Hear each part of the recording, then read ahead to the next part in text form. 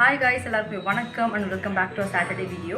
எல்லாருக்குமே advance happy Diwali. So Diwali ஸ்பெஷலா இன்னைக்கு நம்ம சேனல்ல 5 different recipes வந்து ரொம்பவே ஈஸியா நான் சொல்லி தர போறேன். So வாங்க without any delay ஒரு ரெசிபியா பார்த்து தெரிஞ்சுக்கலாம். So first நான் பார்க்க போற ரெசிபி ரவா லட்டு எப்படி ரொம்பவே ஈஸியா and டேஸ்டியா செய்யலாம்ன்றத பார்த்துடலாம்.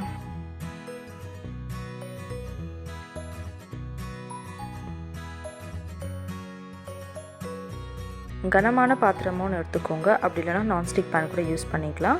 அதில் முதல்ல வந்து 2 டேபிள் ஸ்பூன் அளவு நெய் சேர்க்க போகிறோம். நெய் உருகினதுக்கப்புறமா முந்திரி, திராட்சை, பாதாம் இதெல்லாமே சேர்த்து லோ ஃப்ளேமில் நம்ம நல்லா இதை வறுத்துக்கலாம். முதல்ல ஃபுல் ரெசிபியும் வந்து நம்ம லோ ஃப்ளேமில் தான் சமைக்க போகிறோம். ஏன்னா ரவா லட்டுவோட டெக்ஸ்சர் அண்ட் கலர் வந்து ஒயிட் கலர்லேயே இருக்கணும். அதனால் நீங்கள் லோ ஃப்ளேமில் மட்டுமே வச்சு சமைச்சாதான் அந்த கலரில் கிடைக்கும். இப்போ பார்த்திங்கன்னா நம்மளோட திராட்சை நல்லா உப்பி வந்துடுச்சு.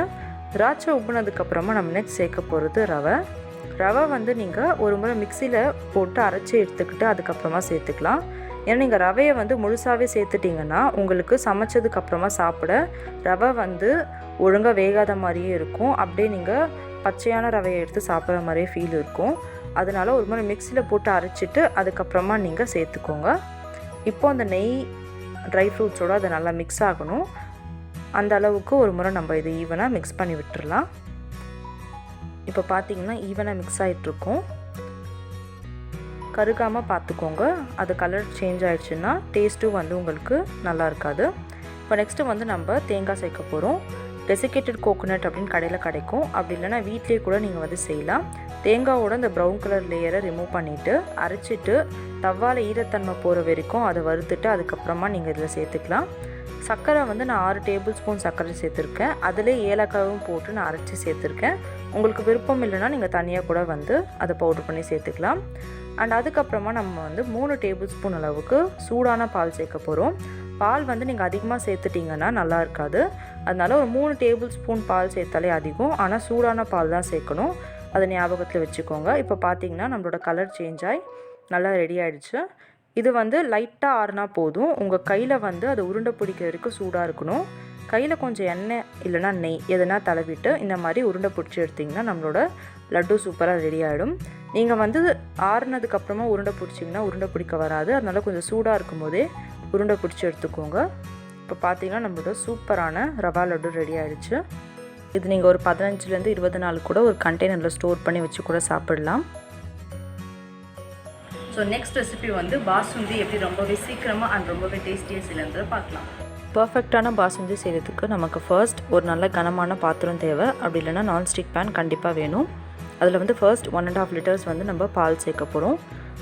இந்த ரெசிபியும் வந்து நம்ம மீடியம் ஃப்ளேமில் வச்சு தான் சமைக்க போகிறோம். ஏன்னு பார்த்தீங்கன்னா இதோட மெயின் ஃபார்முலாவே வந்து மீடியம் ஃப்ளேமில் நம்ம வச்சு பால் வந்து நல்லா கொதிக்க விட விட அதோட மலாய் வந்து நமக்கு நல்லா திக்காக ஃபார்ம் ஆகும். மலாய்னா வந்து பாலோட ஏடு. இப்போ நீங்கள் வந்து ஒரு மீடியம் ஃப்ளேமில் வச்சு செய்கிறதால மட்டுமே அதோட டேஸ்ட் வந்து நமக்கு அவ்வளோ நல்லா கிடைக்கும். அதனால் நம்ம பால் எடுத்துருக்க அளவை விட பாதி அளவுக்கு அது ரெடியூஸ் ஆகி வரணும். அது வரைக்கும் வந்து இது நம்ம ஃபுல்லாகவே சமைக்க போகிறோம். இப்போ பார்த்தீங்கன்னா பாலோட குவான்டிட்டி நமக்கு கொஞ்சமாக நல்லா குறைஞ்சிட்டு அதோட ஏடெல்லாம் நல்லா சேர்ந்துருக்கு. அதனால் நீங்கள் இது வந்து கிண்டி விட்டுட்டே இருக்கணும். ஒரு 30 செகண்ட்ஸ் இல்லை 1 மினிட் ஒன்ஸ் ஆச்சு வந்து நீங்கள் இந்த மாதிரி அதை கிண்டி விட்டுட்டே இருக்கணும். இப்போது நான் 1/2 கப் அளவு சர்க்கரை சேர்க்குறேன். அது கூடவே ஏலக்காய் தூளும் சேர்த்துக்கிறேன். உங்களோட டேஸ்ட்டுக்கு ஏற்ற மாதிரி நீங்கள் சுகர் பார்த்து ஆட் பண்ணிக்கலாம். சர்க்கரை சேர்த்ததுக்கப்புறமா இன்னும் கொஞ்சம் தண்ணி அதிலேருந்து ரிலீஸ் ஆகும். அதனால் இன்னும் ஒரு 5லேருந்து 10 நிமிஷம் இதை நம்ம வந்து பாயில் பண்ணி எடுத்தோம்னா நம்மளோட பாசுந்தி ரெடி ஆகிடும். ஆனால் பாசுந்தி வந்து நீங்கள் சில்லாக சர்வ் பண்ணாதான் ரொம்ப நல்லா டேஸ்ட் இருக்கும். நான் வந்து இந்த ஸ்டேஜ்லேயே வந்து ஃப்ளேம் ஆஃப் பண்ண போகிறேன். கொஞ்சமாக திக்காக இருக்கும்போதே உங்களுக்கு எந்த ஸ்டேஜில் ஃப்ளேம் ஆஃப் பண்ண நல்லாயிருக்கும்னு தோணுது நீங்கள் ஆஃப் பண்ணிக்கலாம். ரூம் டெம்பரேச்சருக்கு அது நல்லா ஆறுனதுக்கப்புறமா ஃப்ரிட்ஜில் வச்சு எடுத்து சர்வ் பண்ணிங்கன்னா சூப்பரான பாசுந்தி ரெடி ஆகிடும். அண்டு கண்டிப்பாக நீங்கள் இந்த ரெசிபி ட்ரை பண்ணியே ஆகணும். நீங்கள் எந்த ஒரு வெட்டிங் எல்ஸ் எதனா ஒரு ஃபங்க்ஷன்னா கூட இந்த ரெசிபி நீங்கள் சமைச்சு கொடுக்கலாம். அண்ட் இந்த சின்ன குவான்டிட்டி உங்களுக்கு அண்ட் இந்த பெரிய குவான்டிட்டி எனக்கு. ஏன்னா எனக்கு ரொம்ப ரொம்ப பிடிச்ச ஒன் ஆஃப் தி டெசர்ட் இது. ஸோ உங்களுக்கு பிடிச்சிருந்தால் கண்டிப்பாக நீங்கள் ட்ரை பண்ணி பார்க்கலாம். ஸோ ஃப்ரிட்ஜில் வச்சு எடுத்ததால் இது இன்னும் வந்து நல்லா திக்காக ஃபார்ம் ஆகிருக்கு. அண்ட் ட்ரை ஃப்ரூட்ஸில் கார்னிஷ் பண்ணியிருக்கிறதால இதோட டேஸ்ட் வந்து ரொம்பவே அல்டிமேட்டாக இருக்குது. கண்டிப்பாக எல்லாருமே ட்ரை பண்ணி பாருங்கள். ஸோ நெக்ஸ்ட் வந்து ரொம்ப வேலையே இல்லாமல் ரொம்ப சிம்பிள் அண்ட் டேஸ்டியாக வந்து தட்டை எப்படி ரொம்பவே கிறிஸ்பியாக செய்யலாம் அப்படின்றத பார்க்கலாம்.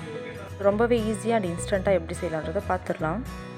1.5 கப் அளவு வறுத்து எடுத்துருக்கிற அரிசி மாவு, அது கூடவே கொஞ்சமாக உப்பு, சீரகம், எண்ணெய், கொஞ்சம் சூடாக இருக்கிற தண்ணியை வந்து சேர்த்து இதை வந்து நம்ம பிசைஞ்சு எடுத்துக்க போகிறோம்.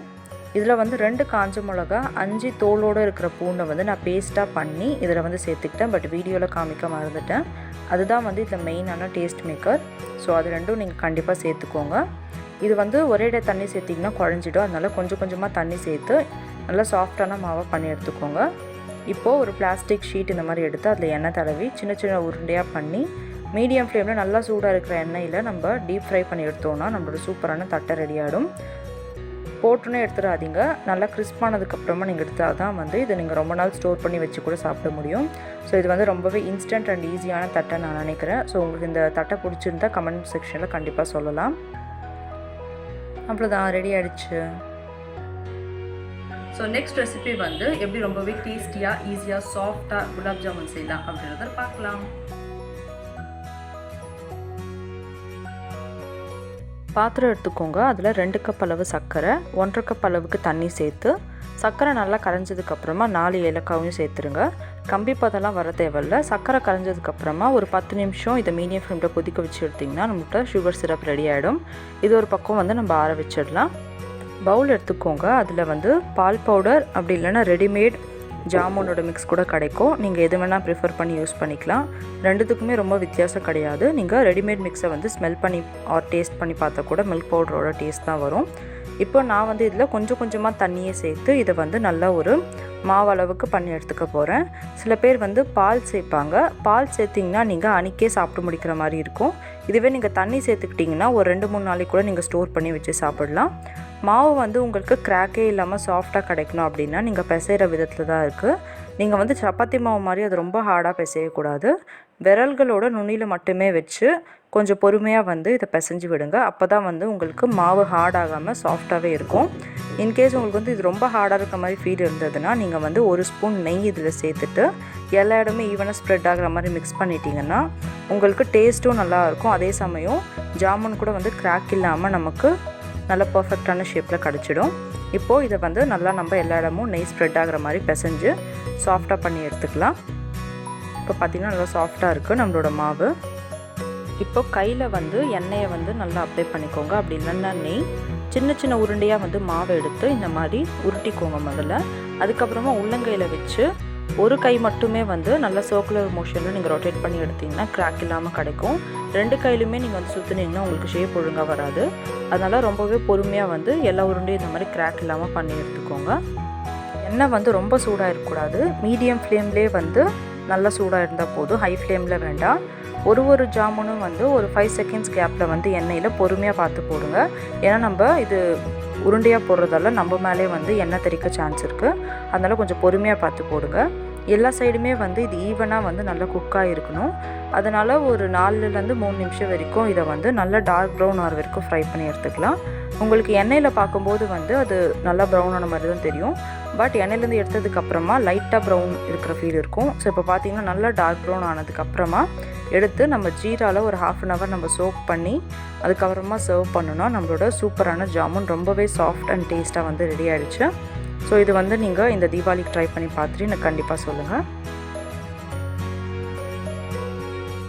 நெக்ஸ்ட் எப்படி பாயாசம் செய்யலான்றதை பார்த்துடலாம். பேன் எடுத்துக்கோங்க. அதில் 2 டேபிள் ஸ்பூன் அளவு நெய் சேர்த்துடலாம். நெய் கொஞ்சம் சூடானதுக்கப்புறமா நம்ம கேஷ்யூநட்டும் திராட்சையும் சேர்க்க போகிறோம். இப்போது இது வந்து லைட்டாக நமக்கு வறுபட்டாலே போதும். நீங்கள் ஹை ஃப்ளேமில் வச்சு வறுத்தீங்கன்னா கேஷ்யூநட் வந்து சீக்கிரமாக தீஞ்சிடும் அண்ட் சாப்பிடும்போது டேஸ்ட் நல்லா இருக்காது. அதனால் அதை எப்போ லைட்டாக கோல்டன் ப்ரௌனுக்கு சேஞ்ச் ஆகுதோ நீங்கள் அப்போவே வந்து நெய்லேருந்து அதை தனியாக எடுத்து ஒரு பிளேட்டில் வச்சுருங்க. நெய்யோடவே போட்டுறாதீங்க. ஏன்னா நெய்யோட சூட்டில் கூட அதோட கலர் ஆட்டோமேட்டிக்காக டார்க் ஆகிடும். அதே பேன்லேயே நெய் கொஞ்சம் இருக்கும். அது கூடவே வந்து நம்ம இப்போ பால் சேர்க்க போகிறோம். 1/2 லிட்டர் பால் சேர்த்துட்டு இது ஒரு கொதி வர வரைக்கும் நம்ம இதை நல்லா மீடியம் ஃப்ளேமில் பாயில் பண்ண விட்டுடலாம். அதுக்கப்புறமா நம்ம வந்து வறுத்து எடுத்துருக்கிற சேமியா வந்து 1/2 கப் அளவு சேர்க்க போகிறோம். சேமியா வந்து நெய்யில் வறுத்து எடுத்துக்கோங்க. அப்படி இல்லைன்னா கடையிலே ரோஸ்டட் சேமியான்னு கிடைக்கும், நீங்கள் அது கூட யூஸ் பண்ணிக்கலாம். ஆனால் மெலிசான சேமியா வாங்கிக்கோங்க. கொஞ்சம் தடியாக இருக்கிற சேமியா வாங்கினீங்கன்னா உங்களுக்கு சாப்பிடவும் நல்லா இருக்காது. அதே சமயம் உங்களுக்கு சேமியா செய்கிற டைமும் ரொம்ப அதிகமாக எடுத்துக்கும். இந்த சேமியா செய்ய உங்களுக்கு 10லேருந்து 15 நிமிஷம் தான் ஆகும். ஏன்னா நான் மெலிசான சேமியா எடுத்துருக்கேன்.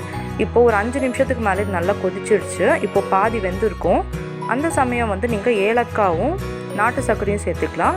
சர்க்கரையை விட நாட்டு சர்க்கரை ரொம்ப டேஸ்ட்டுக்கு நல்லாயிருக்கும். ஸோ இந்த முறை நீங்கள் வீட்டு சர்க்கரை யூஸ் பண்ணாமல் நாட்டு சர்க்கரை வச்சு ட்ரை பண்ணி பாருங்கள். இன்னும் ஒரு 5 நிமிஷம் அது கொதிக்க வச்சு எடுத்தோன்னா நம்மளோட சேமியா வந்து நல்லாவே வெந்திருக்கும். அதே சமயம் நல்லா திக்கான ஃபார்மில் இருக்கும். நீங்கள் வந்து செக் பண்ணி பார்த்துக்கோங்க கரெக்டாக வெந்திருக்கான்னு சொல்லிவிட்டு. அப்படி இல்லைன்னா இன்னும் கொஞ்சம் பால் சேர்த்து வேக வச்சு எடுத்துக்கலாம். இப்போ நீங்கள் ஃப்ளேம் ஆஃப் பண்ணிவிட்டு அதுக்கப்புறமா நீங்கள் வந்து இன்னும் 1 கப் அளவு நீங்கள் பால் சேர்த்துக்கலாம். ஏன்னா சேமியா வந்து டைம் போக போக அது கட்டியாகிடும். அதனால் நீங்கள் ஆற வச்சுட்டு அதுக்கப்புறமா 1 கிளாஸ் அளவு நீங்கள் பால் சேர்த்துக்கோங்க. லாஸ்ட்டாக வந்து நம்மளோட வறுத்து எடுத்துருக்கிற ட்ரை ஃப்ரூட்ஸை கார்னிஷ் பண்ணி சர்வ் பண்ணோன்னா நம்மளோட சூப்பரான பாயசமும் ரெடி ஆகிடுச்சு. இது வந்து நீங்கள் ஃப்ரிட்ஜில் வச்சு கூட சர்வ் பண்ணலாம். உங்களுக்கு சூடாக குடிக்க பிடிக்கும்னா நீங்கள் அப்படி கூட சர்வ் பண்ணிக்கலாம். ஸோ நம்மளோட சூப்பரான ஹெல்த்தி அண்ட் டேஸ்டான பாயசமும் ரெடி ஆகிடுச்சு.